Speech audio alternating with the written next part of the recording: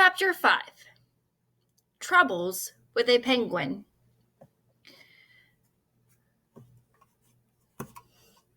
The next day was quite eventful at 432 Proudfoot Avenue.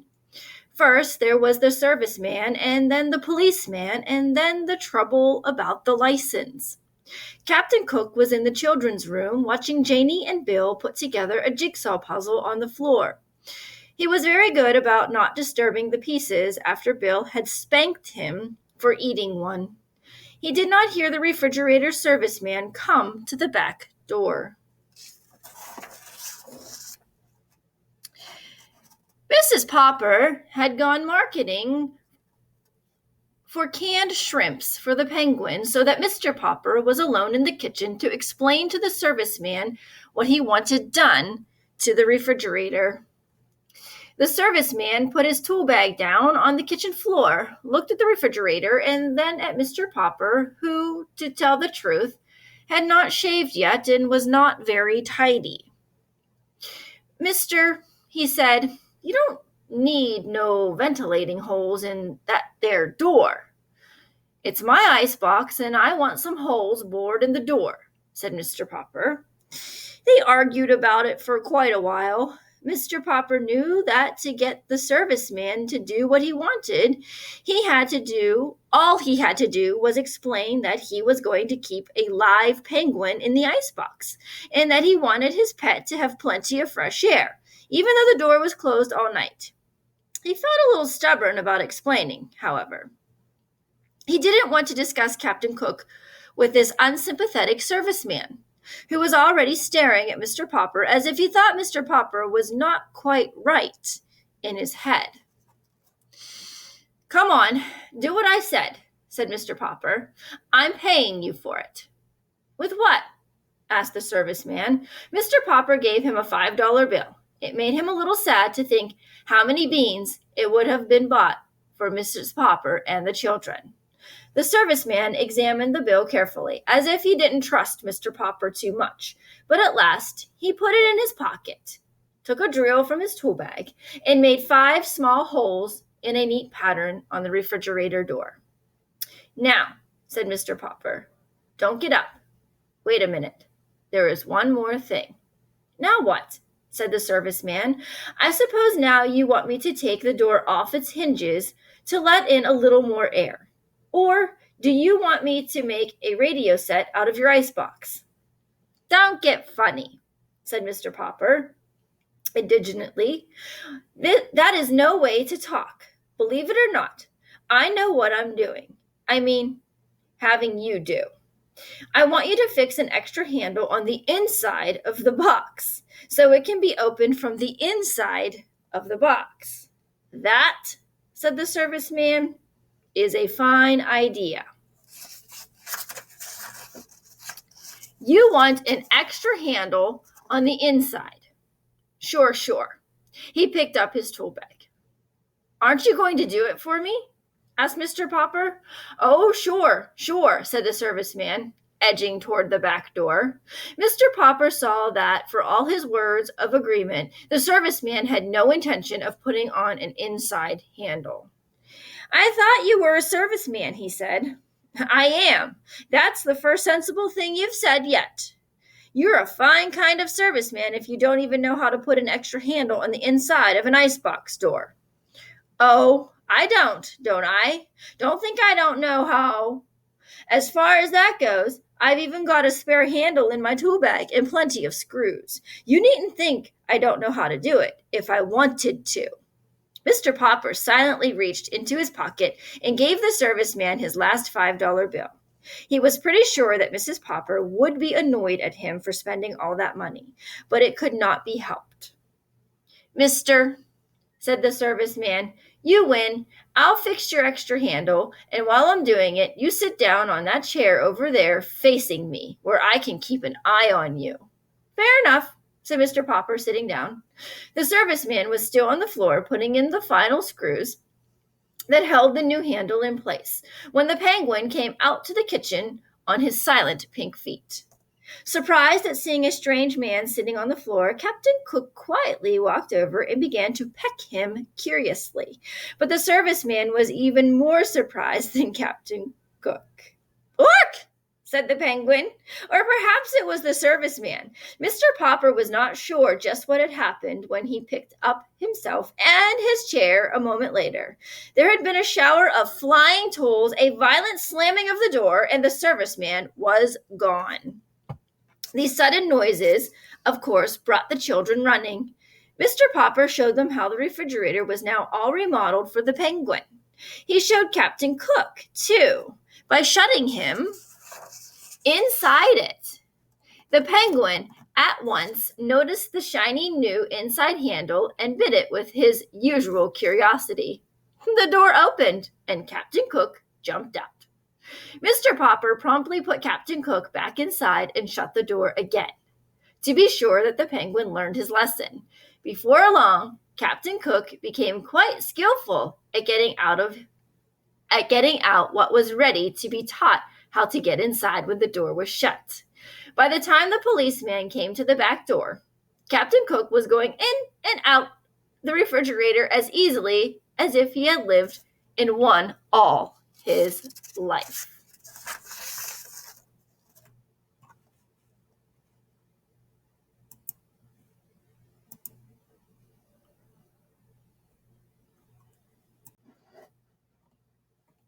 Chapter 6. More Troubles. The children were the first to notice the policeman. "Look, Papa," said Bill. "There's a policeman at the back door. Is he going to arrest you?" "Gook," said Captain Cook, walking with dignity to the door and trying to poke his beak through the screen. "Is this 432 Proudfoot Avenue?" "It is," answered Mr. Popper. "Well, I guess this is the place, all right," said the policeman, and pointed to Captain Cook. "Is that thing yours?" "Yes, it is," said Mr. Popper proudly. "And what do you do for a living?" asked the policeman sternly. "Papa is an artist," said Janie. "He's always getting paint and calcimine all over his clothes," said Bill. "I'm a house painter, a decorator," said Mr. Popper. "Won't you come in?" "I won't," said the policeman, "unless I have to." "Ha, ha," said Bill. "The policeman is afraid of Captain Cook." "Caw," said the penguin, opening his red beak wide, as if he wanted to laugh at the policeman. "Can it talk?" asked the policeman. "What is it? A giant parrot?" "It's a penguin," said Janie. "We keep it for a pet." "Well, if it's only a bird," said the policeman, lifting his cap to scratch his head in the puzzled sort of way. "From the way that fellow with the tool bag yelled at me outside, I thought there was a lion in here." "Mama says Papa's hair looks like a lion sometimes," said Bill. "Keep still, Bill," said Janie. "The policeman doesn't care how Papa's hair looks." The policeman now scratched his chin. "If it's only a bird, I suppose it will be okay if you keep him in a cage." "We keep him in the icebox," said Bill. "You can put it in the icebox for all I care," said the policeman. "What kind of bird did you say it was?" "A penguin," answered Mr. Popper. "And by the way, I might want to take him walking with me. Would it be all right if I kept him on a leash?" "I tell you," said the policeman, "honestly, I don't know what the municipal ordinance about penguins is, with or without a leash, in the public streets. I'll ask my sergeant." "Maybe I ought to get a license for him," suggested Mr. Popper. "It's certainly big enough for a license," said the policeman. "I tell you what to do. You call up the city hall and ask them what the ruling about penguins is. And good luck to you, Popper. He's kind of a cute little fellow at that. Looks almost human. Good day to you, Popper. And good day to you, Mr. Penguin." When Mr. Popper telephoned the city hall to see about a license for Captain Cook, the penguin did his best to disconnect the telephone by biting the green cord. Perhaps he thought it was some sort of Perhaps he thought it was some new kind of eel. But just then, Mrs. Popper came back from market and opened a can of shrimps, so that Mr. Popper was soon left alone at the telephone. Even so, he found it was not so easy to learn whether or not he must get a license for his strange pet. Every time he would explain what he wanted, he would be told to wait a minute, and much later a new voice would ask him what he wanted. This went on for considerable time. At last, a new voice seemed to take a little interest in the case. Pleased with this friendly voice, Mr. Popper began again to tell about Captain Cook. Is he an army captain, a police captain, or a navy captain? He is not, said Mr. Popper. He is a penguin. Will you repeat that, please? Said the voice. Mr. Popper repeated it. The voice suggested that perhaps he had better spell it. P-E-N-G-U-I-N,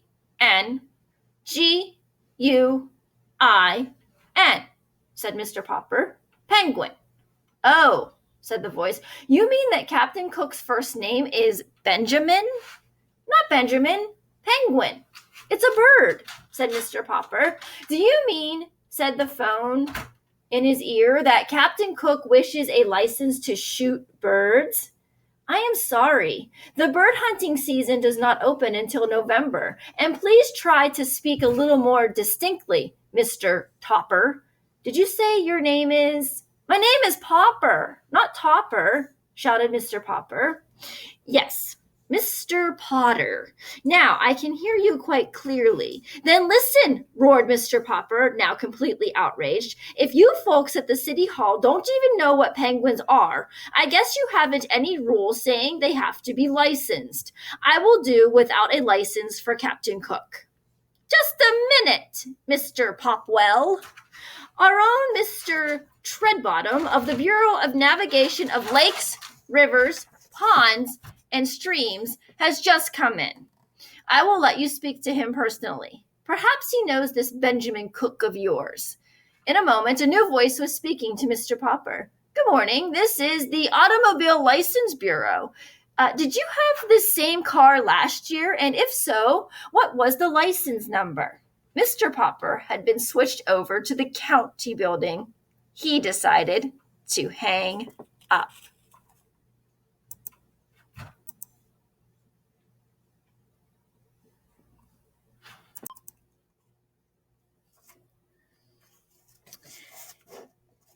Captain Cook builds a nest.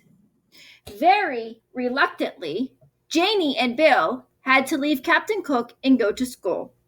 Mrs. Popper was busy in the kitchen, rather belatedly, doing the breakfast dishes, and while she dimly realized that the penguin was going in and out of the refrigerator pretty frequently, she thought nothing of it at first. Meanwhile, Mr. Popper had abandoned his telephoning and was now busy shaving and making himself neat in honor of being the owner of such a splendid bird as Captain Cook. But the penguin, though thus neglected for a moment, was by no means idle. With the unusual excitement and having to go to market earlier than usual, Mrs. Popper had not yet got around to straightening the house. She was an excellent housekeeper, still with two children like Janie and Bill, and a husband with such untidy ways. There is no denying the fact that she had to pick up the place rather frequently. Captain Cook was now attending to the picking up, and into the corners of every room he prowled and poked and pecked with a busy thoroughness. Into every closet he stared with his white circled eyes.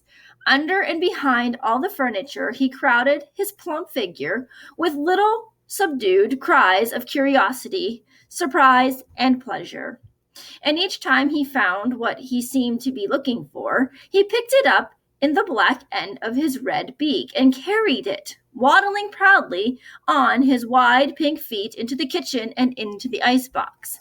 At last it occurred to Mrs. Popper to wonder what on earth the busy bird was up to. When she looked, she could only scream to Mr. Popper to come quickly and see what Captain Cook had done now. Mr. Popper himself looking rather remarkable as Mrs. Popper noticed later, joined her in staring with astonishment into the refrigerator. Captain Cook came up too and helped them look. "Ork, ork," he said with triumph. Mrs. Popper laughed, and Mr. Popper gasped as they saw the results of Captain Cook's trips through the house. 2 spools of thread, 1 white chess bishop, and 6 parts of a jigsaw puzzle, a teaspoon and a closed box of safety matches, a radish, 2 pennies, a nickel, and a golf ball. 2 pencil stubs, 1 bent playing card, and a small ashtray. 5 hairpins, an olive, 2 dominoes, and a sock. A nail file, 4 buttons of various sizes, a telephone slug, 7 marbles, and a tiny doll's chair. 5 checker pieces, a bit of graham cracker, a Parcheesi cup, and an eraser. A door key, a button hook, and a crumpled piece of tinfoil. Half of a very old lemon, the head of a china doll, Mr. Popper's pipe, and a ginger ale cap, an ink bottle cork, 2 screws, and a belt buckle. 6 beads from a child's necklace, 5 building blocks, a darning egg, a bone, a small harmonica, and a partly consumed lollipop. 2 toothpaste lids, and a small red notebook. "I guess this is what you call the rookery," said Mr. Popper, "only he couldn't find any stones to build his nest with." "Well," said Mrs. Popper, "those penguins may have heathen ways at the South Pole, but I declare I think this one is going to be quite a help around the house." "Ork," said Captain Cook, and strutting into the living room, he knocked over the best lamp. "I think, Papa," said Mrs. Popper, "that you had better take Captain Cook outside for a little exercise." "Good gracious, but you're all dressed up. Why, you look almost like a penguin yourself." Mr. Popper had smoothed down his hair and shaved off his whiskers. Never again would Mrs. Popper have to reproach him for looking as wild as a lion. He had put on a white shirt with a white tie and white flannel trousers, and a pair of bright tan oxblood shoes. He had got out of the cedar chest his old black evening tailcoat that he had been married in, and brushed it carefully and put it on too. He did indeed look a little like a penguin. He turned and strutted like one now for Mrs. Popper, but he did not forget his duty to Captain Cook. "Can I have a few yards of clothesline, please, Mamma?" asked Mr. Popper.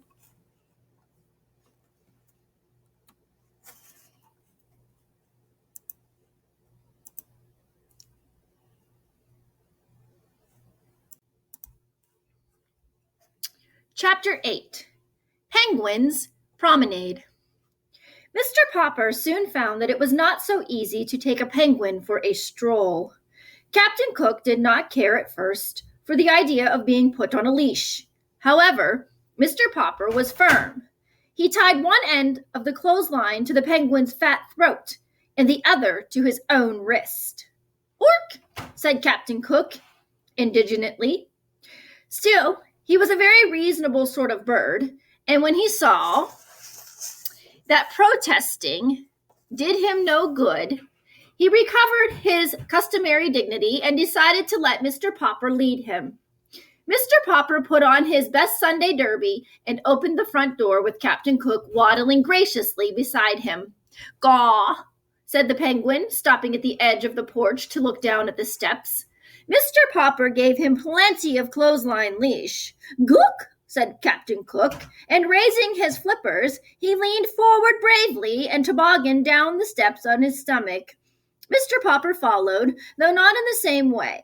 Captain Cook quickly got up on his feet again and strutted to the street ahead of Mr. Popper with many quick turns of his head and pleased comments on the new scene. Down Proudfoot Avenue came a neighbor of the Poppers, Mrs. Callahan.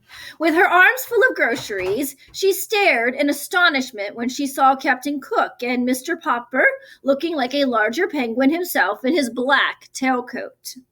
"Heavens have mercy on us," she exclaimed, as the bird began to investigate the striped stockings. under her house dress. "It isn't an owl and it isn't a goose. It isn't," said Mr. Popper, tipping his Sunday derby. "It's an Antarctic penguin, Mrs. Callahan." "Get away from me," said Mrs. Callahan to Captain Cook. "An anteater, is it?" "Not anteater," explained Mr. Popper. "Antarctic. It was sent to me from the South Pole." "Take your South Pole goose away from me at once," said Mrs. Callahan. Mr. Popper pulled obediently at the clothesline while Captain Cook took a parting peck at Mrs. Callahan's striped stockings.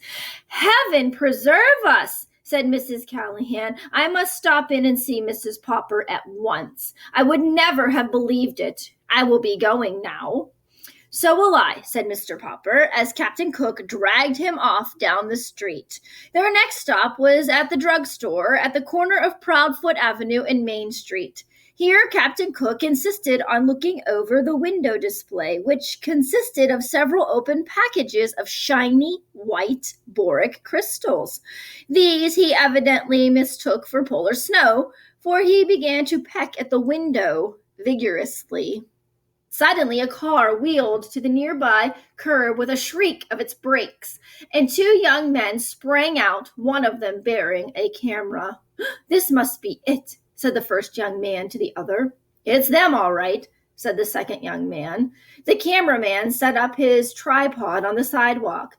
By this time, a small crowd had gathered around, and two men in white coats had even come out of the drugstore to watch. Captain Cook, however, was still too much interested in the window exhibits to bother to turn around. "You're Mr. Popper of 432 Proudfoot Avenue, aren't you?" asked the second young man, pulling a notebook out of his pocket. "Yes," said Mr. Popper, realizing that his picture was about to be taken for the newspaper. The two young men had, as a matter of fact, heard about the strange bird from the policeman and had been on their way to the Popper house to get an interview when they saw Captain Cook. "Hey, Pelican, turn around and see the pretty birdie," said the photographer. "That's no pelican," said the other, who was a reporter. "Pelicans have a pouch in their bills. I'd think it was a dodo. Only dodos are extinct. This will make an elegant picture if I can ever get her to turn around." "It's a penguin," said Mr. Popper proudly. "Its name is Captain Cook." "Gook," said the penguin, turning around now that they were talking about him. Spying the camera tripod, he walked over and examined it. "Probably thinks it's a three-legged stork," said the photographer. "This bird of yours," said the reporter, "is it a he or a she? The public will want to know." Mr. Popper hesitated. "Well, I call it Captain Cook. That makes it a he," said the reporter, writing rapidly in his notebook. Still curious, Captain Cook started walking around and around the tripod till the clothesline, the penguin, Mr. Popper, and the tripod were all tangled up. At the advice of one of the bystanders, the tangle was finally straightened out by Mr. Popper's walking around the tripod 3 times in the opposite direction. At last, Captain Cook, standing still beside Mr. Popper, consented to pose. Mr. Popper straightened his tie, and the cameraman snapped the picture. Captain Cook shut his eyes, and this is the way his picture appeared later in all the newspapers. "One last question," said the reporter. "Where did you get your strange pet?" "From Admiral Drake, the South Pole explorer. He sent him to me for a present." "Yeah," said the reporter. "Anyway, it's a good story." The two young men jumped into their car. Mr. Popper and Captain Cook continued their walk, with quite a crowd following and asking questions. The crowd was getting so thick that in order to escape, Mr. Popper led Captain Cook into a barber shop. The man who kept the barber shop had, up to this time, been a good friend of Mr. Popper's.